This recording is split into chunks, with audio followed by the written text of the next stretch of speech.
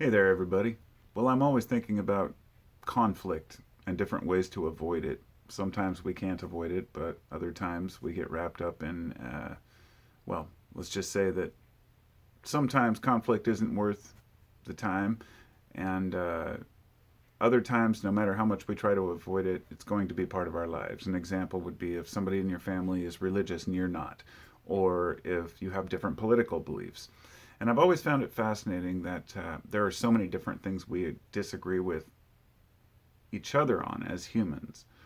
But I wanted to condense it down to just a few things that I thought really could help people reflect on, what they're arguing about and why. And it's something that I've always been interested in, but just a few minutes ago kind of had an epiphany. Um, Growing up, I was always told, don't talk about politics and religion at work. And I made a joke a while back about, well, don't talk about politics, religion, or science now.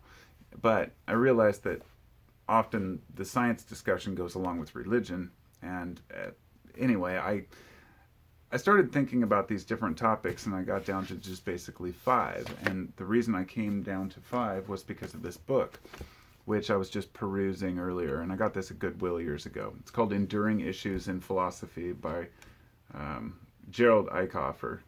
And it's an interesting book, but it has five chapters, and each chapter is broken into subcategories. So, for example, chapter one is called "What Can We Know," and the first two chapter parts are number one, all knowledge is gained through reason, and it makes an argument for that based on Rene Descartes.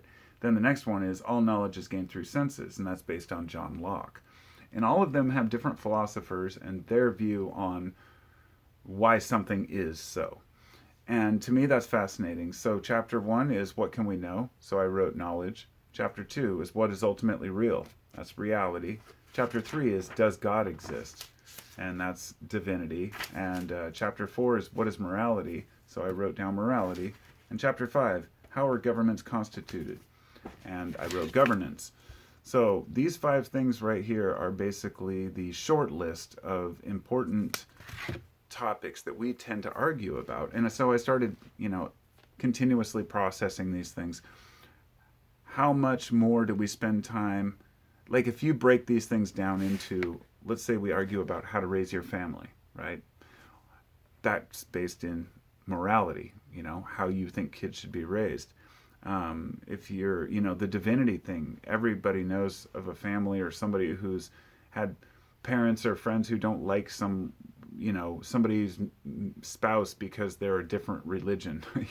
To me, it's amazing people of different religions can even marry, but it just shows that people are pretty flexible and willing to open themselves up regardless of what they might believe in the afterlife, because connection with each other is so much more important.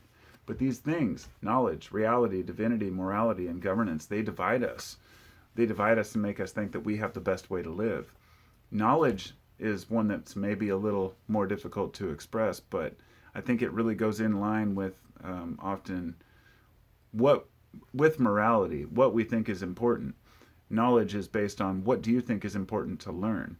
There are some people who are very opposed to knowledge. In fact, in a lot of religions, it was discouraged to read your own Bible or, to be too educated, which, that's a whole story on its own. But as far as what knowledge is important, there are people who would argue all day that we don't need this knowledge, we need this knowledge. And they would both be right and they would both be wrong, depending on who you talk to. Because when you realize that people have different interests in different knowledge, and every single person lives a different reality, and every person believes differently in God, even if they're of the same religion.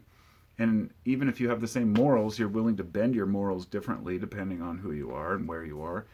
And then governance, which seems to be this kind of pathetic little pool we're stuck in, this little eddy where we're arguing about whether left or right politics matter, when really the bigger issue is who's looking out for the people. And that's a lot harder to find. People are so divided on those things that they don't realize that in the bigger picture there are much bigger problems. And so getting over petty arguments, to acknowledge and realize when you're debating with somebody about, morality, somebody is a Christian and you're a Buddhist, what's the point in arguing? Who cares? Are you happy? Cool. Move on with your life. You know, morals, it's a little more complicated. We can have friends with different knowledge, with different realities, with different interests in politics and who should govern, uh, and different beliefs in God. But when it comes to morality, that's the one that really ties them all together. What are your values and morals? Will you steal from a person that you don't know? Will you rob the poor? You know, what kind of a person are you? And so often folks will say that, well, morality comes from religion, but that's just not true at all. Morality comes from that feeling that you know you've done something wrong. And that's partially taught and partially learned. And it's very complicated shit, but I could go on about that all day, but I won't.